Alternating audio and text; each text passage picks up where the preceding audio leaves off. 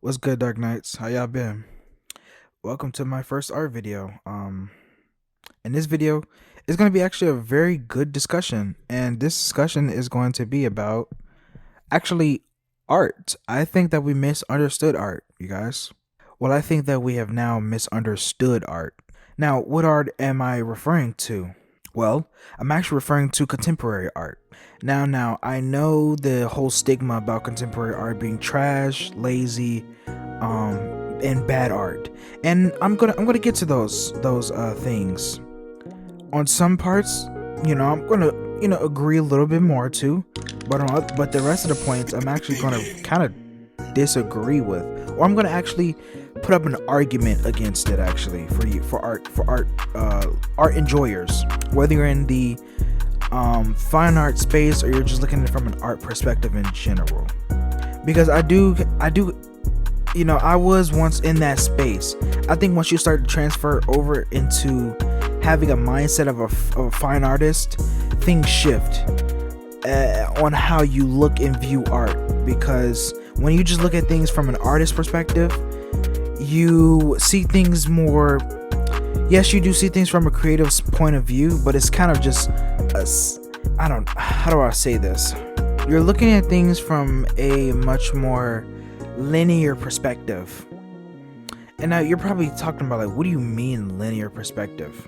Essentially what I'm saying is that you're kind of looking at things from a surface level kind of view, from pretty much the beauty and aesthetics of it. However, when you start to get into fine art and contemporary art, it's actually much deeper than the aesthetic. It is actually the ethos of the subject matter. So the focus is not on beauty anymore. It is actually about the substance of whatever the piece may be conveying. Now, I'm gonna talk a little bit about me. I was definitely a person who was when I used to look at art, or really fashion, and this is gonna make sense. I used to look at fashion, especially high-end fashion. I used to look at it as stupid, uncomprehensible, and just flat out I thought that no one would want to buy this stuff. But I was thinking like a casual.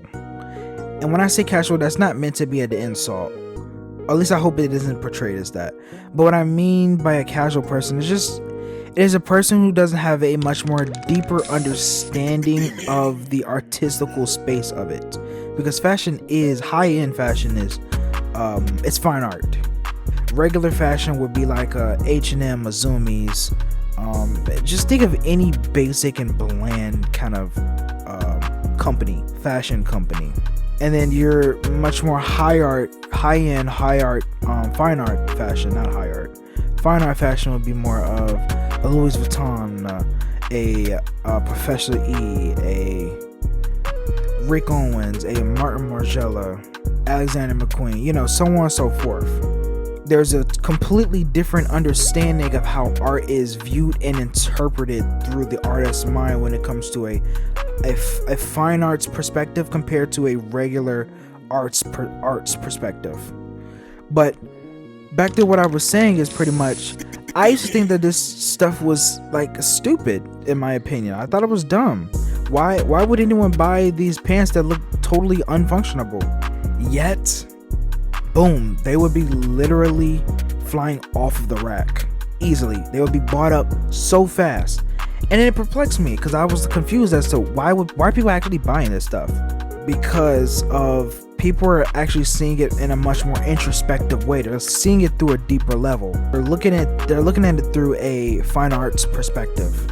And then that's when it starts to make sense to them of whatever the symbols or references that they use for the piece or the design.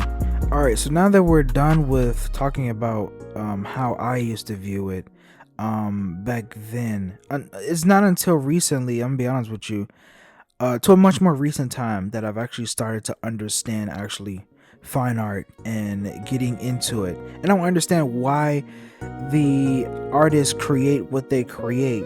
Now, before you guys throw your pitchforks up and saying, I've been MK Ultra'd and brainwashed by these rich elites.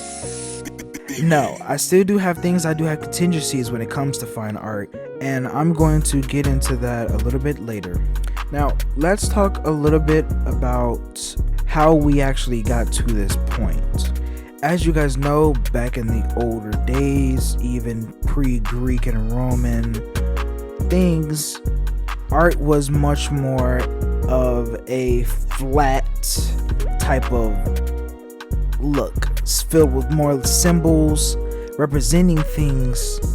Iconography, that's the word. Iconography. It was iconography. And there was no sense of understanding of body parts and all that other stuff. Well, they know what they looked like, but they didn't understand how they functioned and all that stuff like that. Then, fast forward to the Greek and Roman period, we get the explosion, I would say, when it came to the Enlightenment period in the 17th century with art. And you got the Renaissance paintings by obviously well-known people by like Da Vinci, Michelangelo, and all of them. And this is considered, I think maybe for casual people, this is still probably considered the golden age of art.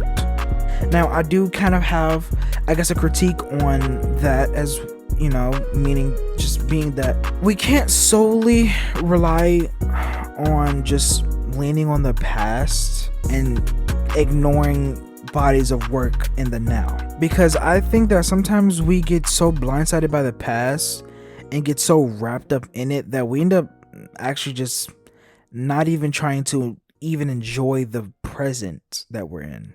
But let's get back into the progression. So art went from the Renaissance period, where people were starting to get the understanding of actually people the Greeks started to slowly understand more muscle tones and definitions and all that other stuff, which is why their characters look pretty much they were stiff. Yes, that's definitely a characteristic of the Renaissance period, is that it was these stiff paintings. Yes, beautifully, aesthetically beautiful. During this period, this is where art became aesthetically beautiful. They were just beautiful to look at. The information was clear as day. It told you what it communicated just by the image alone. You didn't have to do any guesswork, any of that stuff. It just tells you. So it's very easily digestible and mainstream, I would say. The bodies were perfect, face structures perfect, symmetrical. There was no imperfections in there. Everything was blended perfectly. And again, everything was just aesthetics. It was based on aesthetics. Now, fast forward a tiny bit, you start to get into the Baroque period, or Tenebrism, or chiaroscuro, and you start to get much more understanding of the space, environment, lighting, and subject matter. It being much more darker. There isn't that same bright, happy aesthetic that you would get with the Renaissance period, where you're looking up at a philosopher or God or something like that. You still do have, there's one thing that still does carry over when it comes to the Baroque period, because this was created by the church, the Catholic Church. And obviously a well-known person would be Caravaggio. And they portray these brood and dark scenes in the paintings, but they were much more realistic, I would say. They had a very much more realistic look and appeal to them. And again, it's still focused on beauty and aesthetic, but it's also as well focused on the substance. You actually, at this point in period, you actually would have to actually think and look at what the people are doing, their body movements, their eyebrows, their body language and all that stuff. These are things that you actually would have to start to think about. For the Renaissance period, you didn't have to think about it. you actually know the story. Like, you know the story, you know what's going on. But when it came to the Baroque period, I actually had to start thinking a little bit more. Then a little bit later, it came to the Rococo period, and then you can't forget the Romantic period and all that stuff like that. I'm going to kind of skip a little bit about that because I don't really want to, give you guys a whole art history for that part. I'm going to skip to now much more of the modern period, or at least getting closer towards the modern period. And this period would be the Impressionist period, actually. You got guys, it now went from aesthetics to now substance. It went from looks to now feeling based art, and this actually set the foundation to what would become modern art now. The Impressionist period is the foundation of modern art today. People like Van Gogh, the Cubist paintings by Pablo Picasso, then the Dada movement, which later became Surrealist by Dali, Man Ray, Elsa Schiaparelli. And you also have some other Surrealist works like Bechinski is a very notable one as well. And again, these things have now went from, this is getting much towards the 19s and all that stuff. This is now starting to become a much more abstract idea. And again, notice how the video it goes from iconography to aesthetics, then to realism, and then it goes into abstract. That is the progression of art, of how this period went and how we got to here. And these movements, the Impressionists also got a lot of pushback for their type of paintings, but the art progression had went from something from the past, clearly recognizable, identifiable, and beautiful to look at, to then slowly get into the peak of it, which would be, I would say, the Baroque, Rococo, the Romantic period, and then slowly dipping down, or I'm gonna say down because that would be implying that it is bad art. It went from that to now more unrecognizable and much more feeling based. And the most famous quote that you guys will constantly hear when it comes to contemporary artists is the eye of the beholder. Art is beautiful to the eye of the beholder. I probably said the quote wrong, but I know exactly, the quote means, though. Pretty much saying that art is beautiful to the person. It's subjective, which is true. But now we've gotten to the point where art is not. Oh, also, by the way, I want to keep you guys keep this in mind. Art back then was there was a standard of what is considered good art, and the Renaissance period was the exact representation of elitist art, because if you had a certain look to your art, you were considered good artist. Any other artist outside of that was not considered good art. And especially came to the Baroque period as well. If your body of work was not up to the academia standard of art, then your art is not considered good art, which made every artist look the exact same. Every painting looked the exact same, the way it looked, felt, the exact same thing. There was nothing different about it. And anyone who differed from this academia, which is elitist, say how you say, say how you say it. It's elitist. But it went from that period. It went from that to now art being in the Impressionist period, and even in the modern period, definitely now, to where art is so democratized, anyone can create it, that it's kind of a gray area when it comes to me how I feel about it. Because on one hand, I do like that everyone can create their own art. That's beautiful. Anyone can technically become an artist. Well, not anyone can technically become an artist. Literally anyone can become an artist. However, not everyone can be a good artist. But we now have got to the point where we got into a Jason Pollock, and at this point in the period, I'm gonna be honest with you, there's again, this is a gray area I kind of feel about it, because on one hand, I'm happy that a lot of people can create art and become artists, but on the second hand, people I feel are being lazy with it, to be honest with you. They aren't trying to create, and again, I don't want to say this word, because if I say people aren't creating good art, that would be coming from an elitist standpoint, whether I like that or not. So it's a never winning. You're never going to win the argument whenever you say something is bad art, because just because it's bad art to you doesn't mean that someone else doesn't consider it good art to them. When I look at a Jackson Pollock painting, and part of it is, I'm gonna be honest with you, sometimes the way that these fine artists market themselves, I can kind of feel like it's a little bit manipulative by the word choices that they use, because they use very intellectual, high intellectual words, and to me, I pick it up as just word salad. It's just how many buzzwords, how many intellectual things, how many pseudo-intellectual things can I say to convince these people that this body of work is good? And it works because every rich person buys them. But again, some of the contemporary works and, bodies of work is actually pretty good.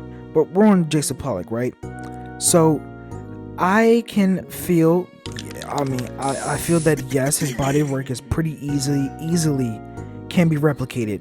The guy literally just splatters paint on a canvas. Shoot, at least he does more. Some people just put a white canvas on there and call that art, and people will buy it. Mind you, keep your not, they just bought a painting, a blank canvas, put it on the wall, displayed it as art. Again, I think that some of these things can be a little bit manipulative in how they talk about their pieces to people to make them sound so intellectual about their art, when in actuality, if I look at it from a retrospective point of view, you're literally doing not even the bare minimum, nothing. Literally, a child could create a Jackson Pollock piece. Art has now went from, and this is one thing I do have to critique about the fine art space. Art has went from now respecting the art to now respecting the artist. And what I mean by that is that the artist holds more weight than now the art itself. Yeah, the art itself is going to bring buzz and, communication and all that stuff like that. People are going to talk about it, absolutely, no doubt. But the name of the person is going to ring louder than the art itself. And it's a sad thing, in my opinion, because you don't only see this in painting, you see this in photography isn't as much, because photography is still a much more newer genre, even though it's been around since like the 1800s. But you see this definitely in this fashion space. What I hear from a lot of times is that these designers and all that stuff that come onto there, it's pretty much rich elitist people and nepo babies in there. And pretty much the people who don't know how to do a lot of the things in these companies, but then the people who do know how to actually do it and actually knows what they're doing, they don't get the recognition at all. So, that is one thing I do have to critique about the fine art space. I think that art should be the main focus and not focused on the artist. I think more in a traditional standpoint when it comes to how art is approached. Obviously, you guys, let's talk about this as well. Is whatever to make good art, and I put that in quotations, but at least the fundamentals of making a good art is what you're communicating, is what you're communicating aligned to what the subject matter is, what it looks like, what it feels like. That is how you make good art. Say if I make a thing talking about depression, right? Is what my art piece communicating depression exactly how I want it to? Is that communicated effectively? If it isn't, it's bad art. If it is communicated, it's good art. Now, I kind of want to get a little bit into the critiquing about contemporary art. And also, you guys can see this happening to rap as well, you guys. Hip hop in general. Things went from being lyrical and you be able to hear every word they say to now you guys go to well, let's give you an example. Say like a Biggie, Tupac, Missy Elliott, to then becoming in the 90s, it started to slowly become to a blend between coherent, where the beats, the sounds and all that stuff play a big role into how good the music is perceived, and it's also still does have, some lyrics in there. To now we've gotten to a stage of where rap or music, the music genre and scene, because it didn't have to be specifically rap, the music genre in itself has gotten much more mumbly. And again, this part would be due to hip-hop, and again, that period went from Biggie and Tupac to NWO to your indie, then to a mumble rap, and then to now, which we have, like, say, a Playboi Carti, a Lil Uzi, a Lil Yachty, all them people where the beats carry pretty much their lyrics. They don't have to put in so much effort. Is it lazy? You can definitely say that. But is it perceived well by the audience? Absolutely. So if you want to critique, fine. If you want to critique contemporary art and paintings and all that stuff, sure, fine, that's perfect. But you would have to do the same thing about any genre that is in the art space as of today. I can guarantee that they literally have the same aspect. But let's talk a little bit about the critiques against actual contemporary art. The first critique would be that it's bad art. And obviously I have to push back on this, because who are you to determine what good art is? Art, as we know, is subjective.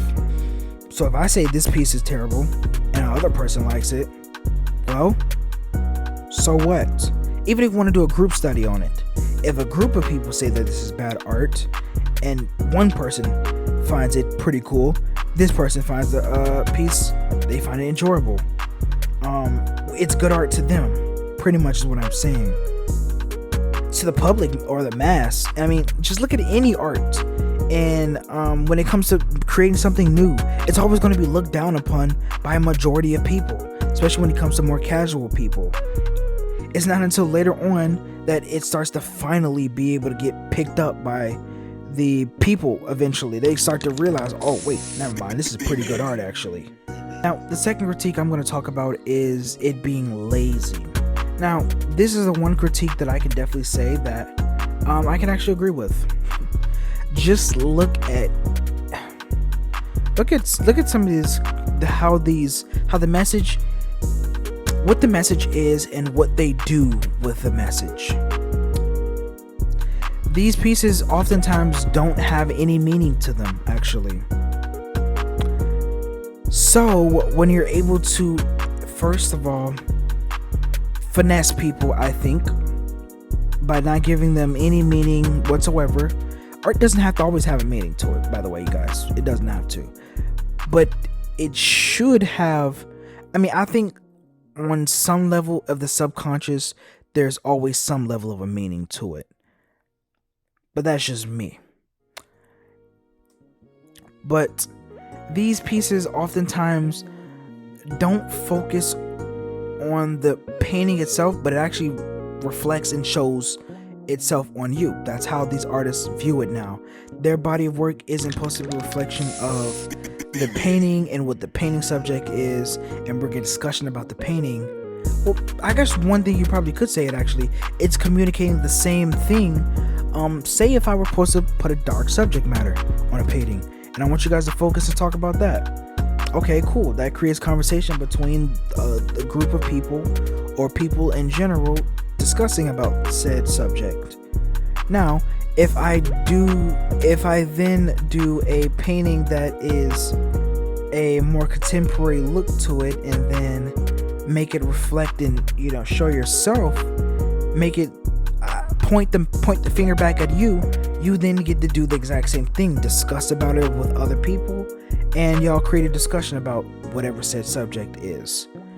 I think that it does still communicate the same thing.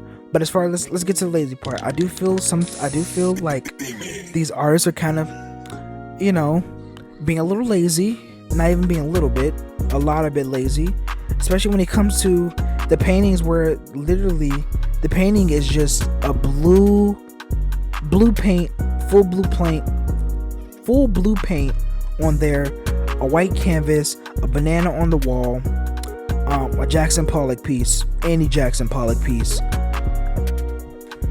But that's one thing you do have to, when it comes to Jackson Pollock, the nature of his paintings is meant to capture this chaotic, crazy feel. Paint being represented as paint. Again, a whole bunch of word salad when people say paint just being paint. I want to demonstrate you guys paint being paint. What the heck does that even mean? Don't know. It's just pseudo-intellectual talk. And again, I'm gonna be honest with you, as an artist, sometimes you kind of do have to be a little bit egotistical about your bodies of work. Because if you don't believe in your work, no one will. First of all, people are going to already be critiquing it in the first place. So if they don't like your body of work and you don't feel like you like it or you don't like it, they're going to be like, okay, this guy creates bad art. So you kind of have to be a little bit egotistical about your art, but don't be delusional about it. Don't try to puff it up more than what it is. You could smear, doo-doo on a daggone wall and call it art, and people would eat it up. I'm gonna be honest with you. People would eat it up. Why? Because I don't know why, to be honest with you. I really don't. Now, me, I do lean much more to the traditional side of art and the older type of, I guess, look and feel for art. But I do respect and understand contemporary artists now, since I look at things from a fine arts perspective. You guys, I do want to tell you guys this. Art should never be reduced down to a box at all, because the nature of art itself isn't that. It's actually the opposite. It's chaotic, it's crazy. That is the nature of art. It cannot be contained in anything. Whenever you try to put a limit on art, you oftentimes get a worse reaction from artists. Why? Because artists don't like being put in a box. But that's going to be the end for this video on why I think that we've misunderstood modern art and how I see it now. I only ask you guys for one thing, is to please like, comment, subscribe on the video. As you know, give me your thoughts. What do y'all think? What would be some critiques, I guess you could say, on this take of art, and what I've said in the video? We could probably have a discussion about it, and that'd be pretty cool. Probably talk to me in the comments. Hit me up on IG at Zay2Hot, and yeah, give me a nice follow. And I guess with all that being said, I love you, Dark Knights.